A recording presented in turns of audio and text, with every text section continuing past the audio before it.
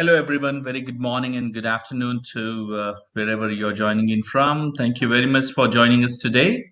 Before we get started, just wanted to go over a few housekeeping items. Uh, Please mute your phones during the presentation, and if you do have any questions as we progress to the masterclass, please post them on the WebEx chat to the host, and we will respond to those questions at the end of the presentation in the order received. And we are also recording this session and will be making it available for all the registrants for this masterclass.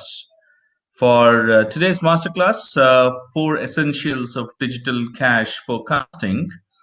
Let me now welcome our masterclass speaker, John Selleck.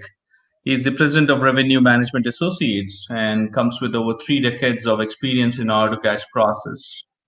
John has worked in a broad range of industries with over 250 clients and is going to share his experiences and knowledge on the cash flow forecasting with us.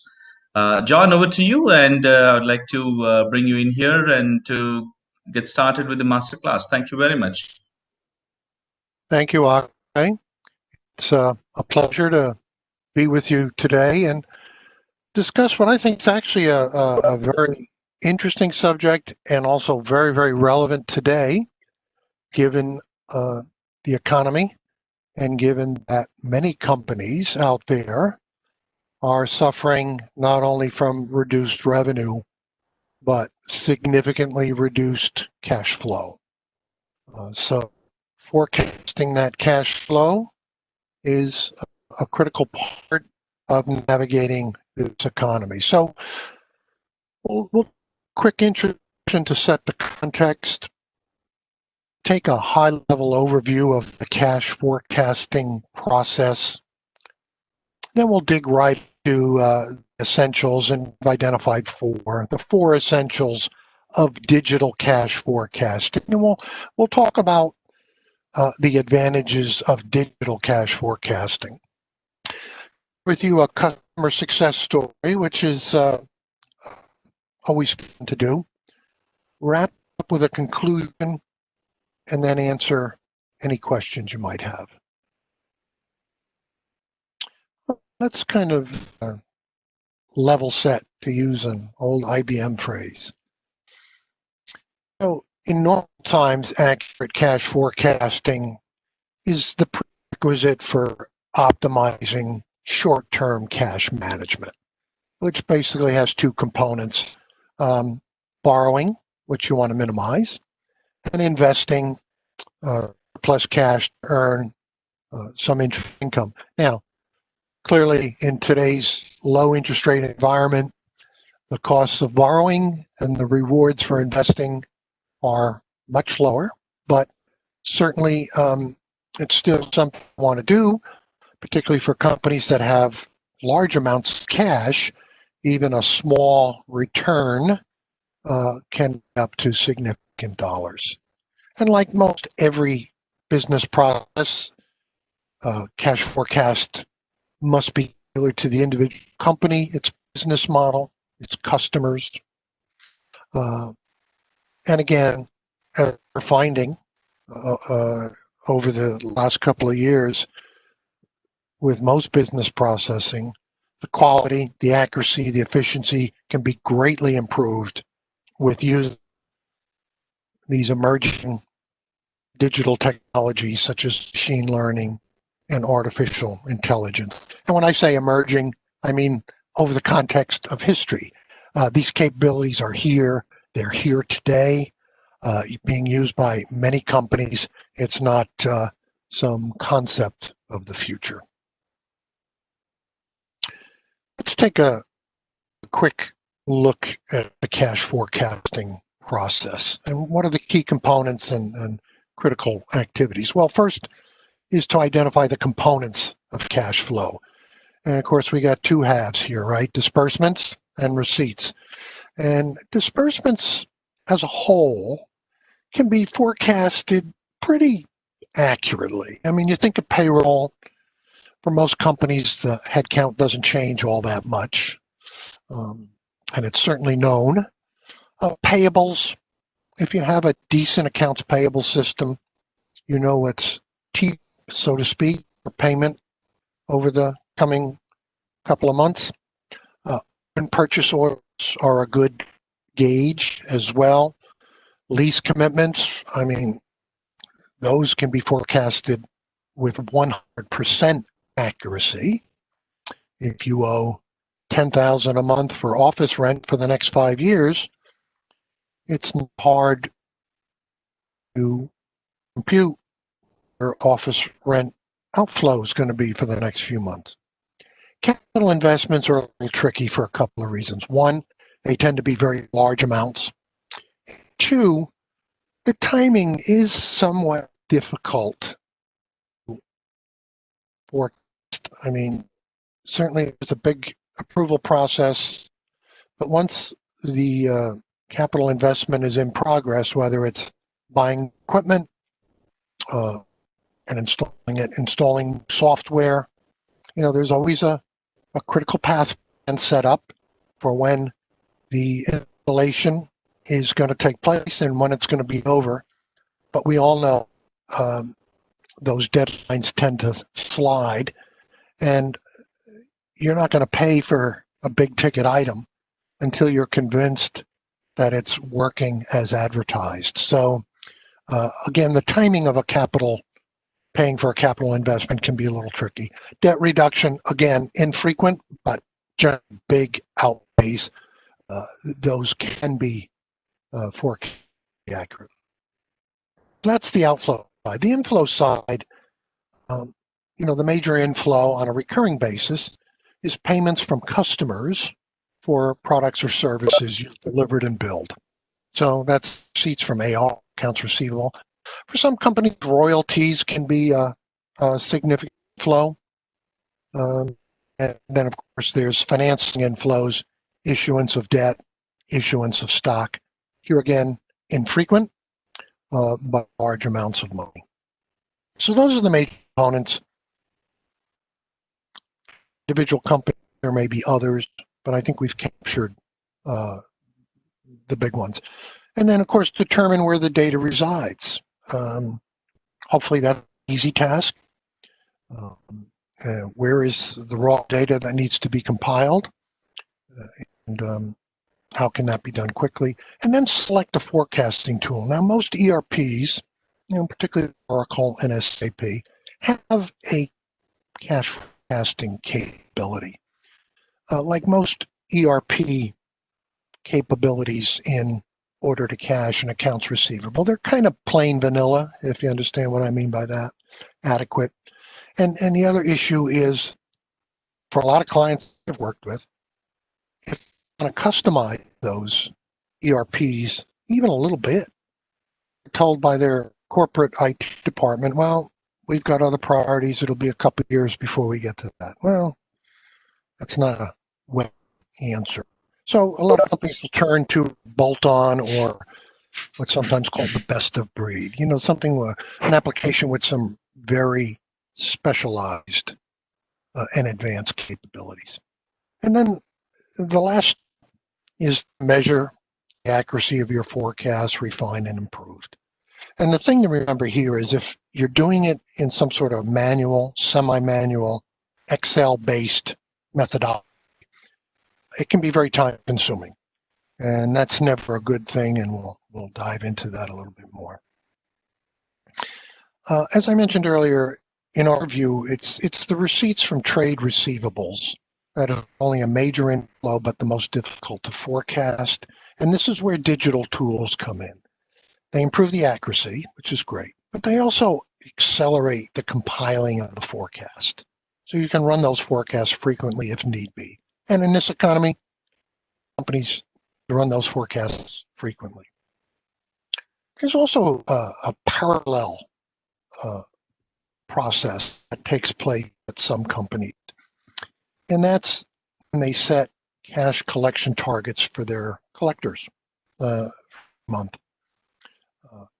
And particularly when it's combined with a financial incentive, that leads to improving the target setting, right? You set it too high and nobody ever makes it, it becomes a demotivator for your collection team instead of a motivator. So you don't want that. And then if you make the targets too low and everybody's maxing out, well, it gets a little expensive. So my experience has been, what I've seen, is these cash collection targets, when paired with a financial incentive, tend to self-correct and get pretty accurate pretty fast. So that's another valuable input. So given the broad scope of cash forecasting, today we're just going to focus on short-term forecasting and forecasting the cash receipts from accounts receivable. So let's dive into the essentials of digital cash forecasting. There's 4 essentials we've picked here today.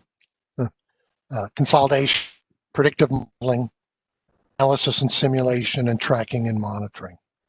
And we are going to go into each of these. First one, consolidation of AR data, all your AR data. You know, for some of you out there, you may say, okay, well, that only makes sense. What's the big deal? But if you don't have it, it's a big deal, because that means you're compiling it manually, Excel-based, and it can become a big task and subject to inaccuracies. So you need to be able to consolidate data. You need the web and the Excel interfaces to give you a total global view. And this is particularly important when you're operating on a global basis with different currencies. You not only want to know what your cash inflow and cash forecast is going to be, but you need to know it by currency, because any actions you take will be currency specific. The next key element of digital cash forecasting is what we call predictive modeling. And typically this is used for shorter term rolling forecasts. And this is really the guts of the forecasting. And digital cash forecasting uses predictive analytics built in to produce multi-dimensional forecasts. And this can be done at the collector level, customer level, region, company, how you want to roll it up. And what do we mean by multi-dimensional? Well, basically that means making forecasts in different ways. And hopefully they all tend to converge on the same number, pretty close. And when that happens, you can be pretty confident that, okay, I think we've got a good forecast here. If it doesn't, then you got to kind of go back and say, all right, something's going wrong here. What is that? Let's try to find it out and correct it. Maybe it's a data source, maybe it's a methodology, what have you. But the multi-dimensional forecasts, when they converge pretty tightly around the same number, give confidence that you've got some accuracy there. And what are these dimensions? Well, is what we call the ideal. This is a theoretical best possible. That's if every invoice was paid on its due date, what would your cash inflow for the next 6, 8, 10 weeks be? That just kind of sets the boundary. It's not going to happen. It gives you kind of the best case and a boundary to evaluate your other forecasts by. The most important and best dimension here is predictive payment behavior. That works on each customer's historical average days to pay, utilizes machine learning analytics to improve over time, and has the power, the computing power, to process huge amounts of data, not only down to the customer level, but even to the invoice level. And by utilizing that level and that amount of data, it will improve the accuracy of the forecast. And that's something you can't really do with Excel. And that's one of the big advantages of digital cash forecasting. The dimension we kind of talked about was collector forecast. Now, typically, that can be done based on their promises to pay entered into the collection module. That is subject to inaccuracies, of course. Some collectors are optimistic or dreamers. Other collectors may be a little lazy and not logging all their promises to pay in the system. Others may be too pessimistic. And for what reason, that forecast doesn't prove to be very useful.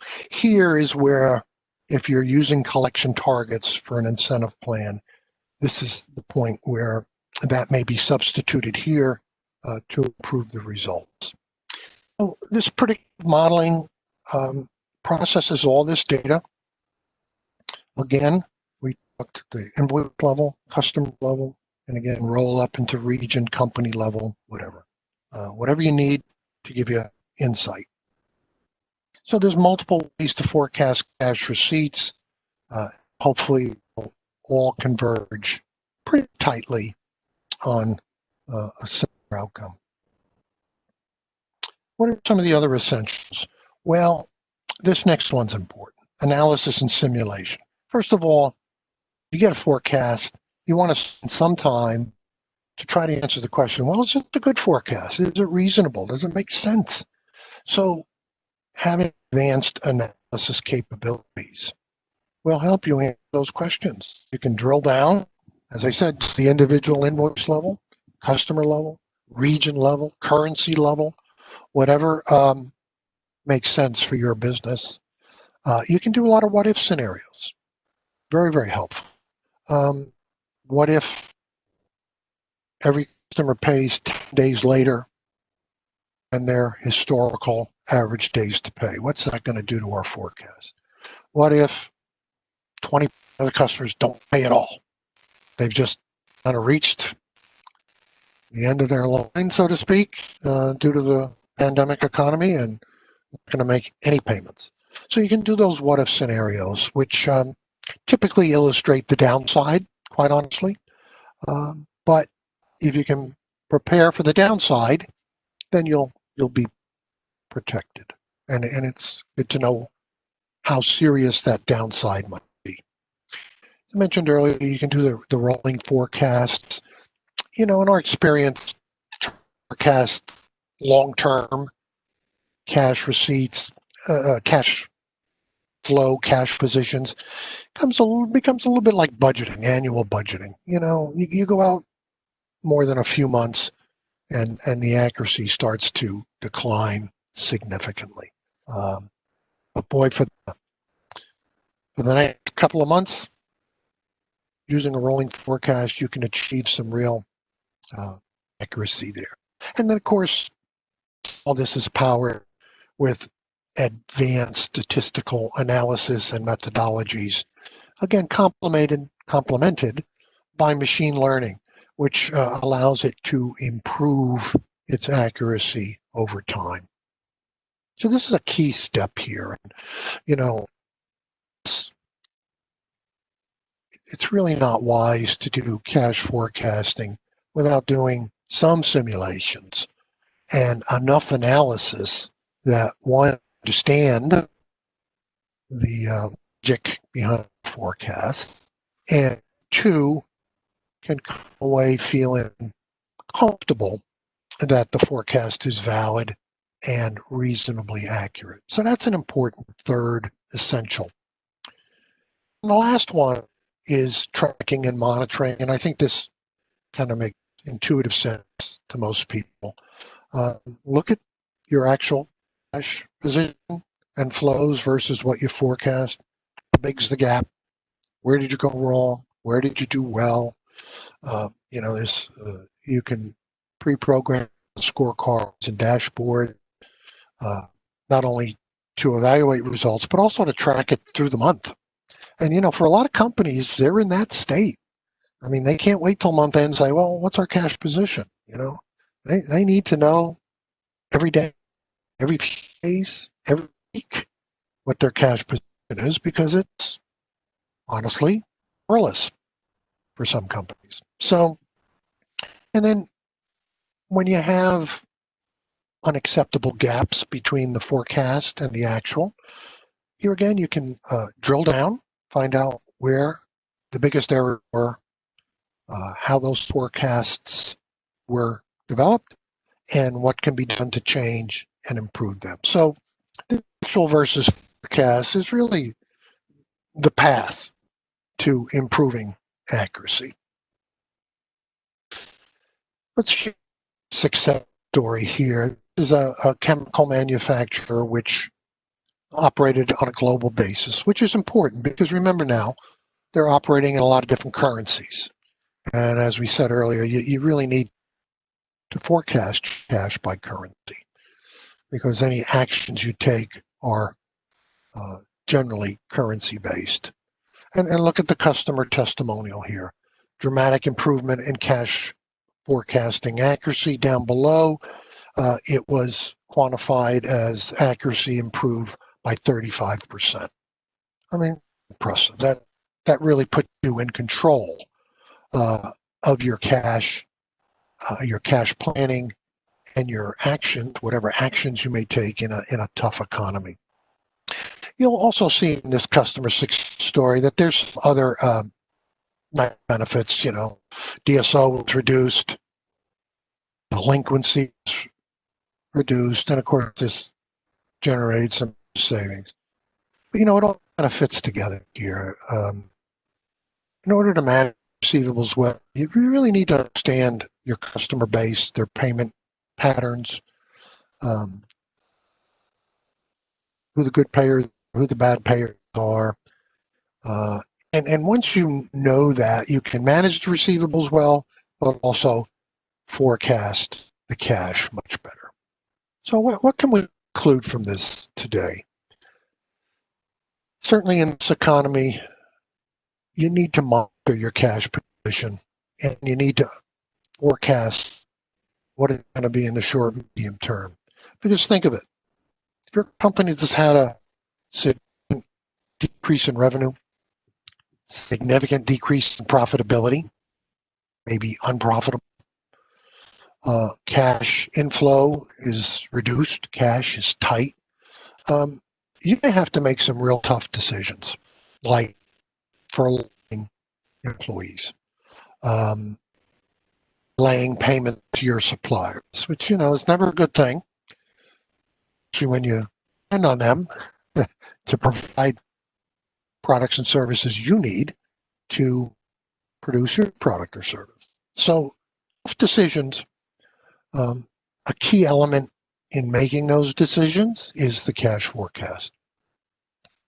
Next point here, accuracy speaks for itself, but here efficiency is also important. And I alluded to this earlier, but let's just look at it one more time. If you're a company that's having difficult time, you need to monitor the cash very, very closely.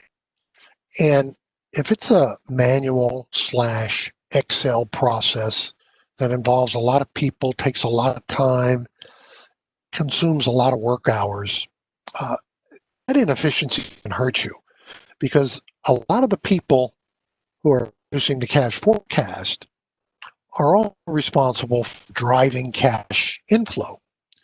And, at the end of the day, what would you rather have them do? Forecast cash or drive cash? And this is where the digital cash forecasting comes in.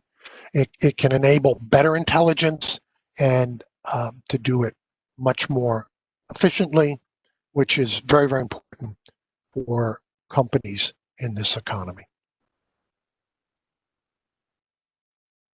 Questions?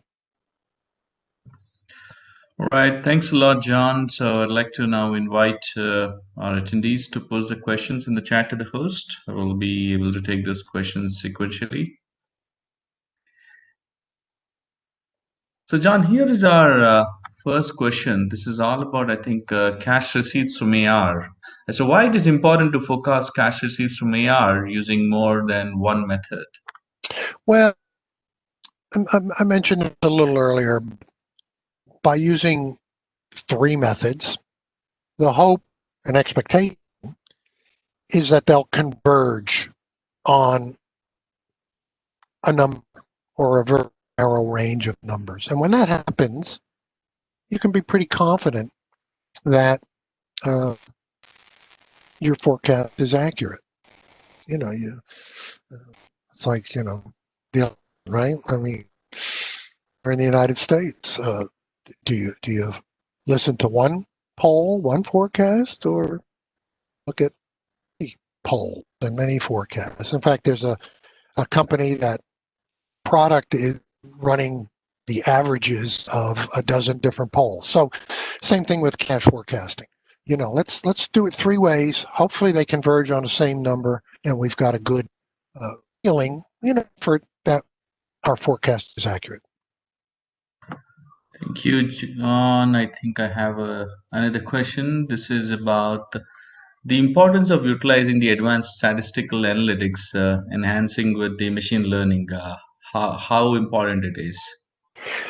That's very important because it increases the accuracy, and it's somewhat easy, 85% accuracy.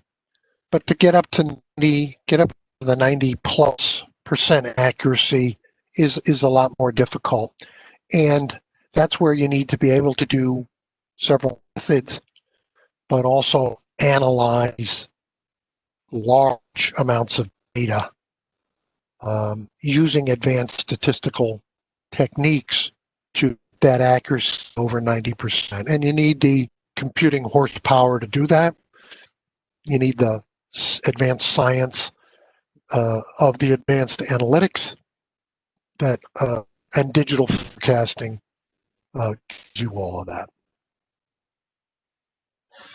Thank you, John. I think let's wait for a few more questions. Okay, I get another one. This is about what is the value of what if scenario iterations? It should prepare for the worst. I mean, that's the answer. If you just kind of take the forecast, and there's a little bit of a optimistic bias among the people that provide data and conduct the forecast, that can be a bad outcome.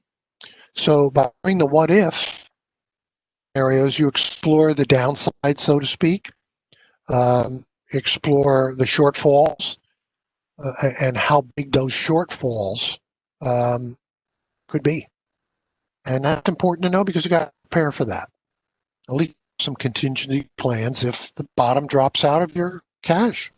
Very helpful, John. Okay, let's see if we get any more questions. If not, we could wrap it up. All right. Let's see if I get any questions. In the meanwhile, I want to cover about our next masterclass. This is going to be on 19th of November at 10 a.m. Pacific, which is a Thursday. 19th November is a Thursday. And our next masterclass topic is the AI advantage in deductions processing. And we look forward to welcome you back again on our next masterclass. So please book your seats today. It's already there on our website, so you could visit www.emagia.com. You'll be able to see this, see the link for the registration. And I think we are almost on top of the hour over here. John, thank you very much for those insights. Really appreciate that. And thank you one and all for joining us today. My pleasure. And again, in the audience, if you have any questions that occur to you, feel free to send them to us at this address. Be happy to answer them for you. Absolutely. Yeah. Thank you very much, John. Yeah. So long.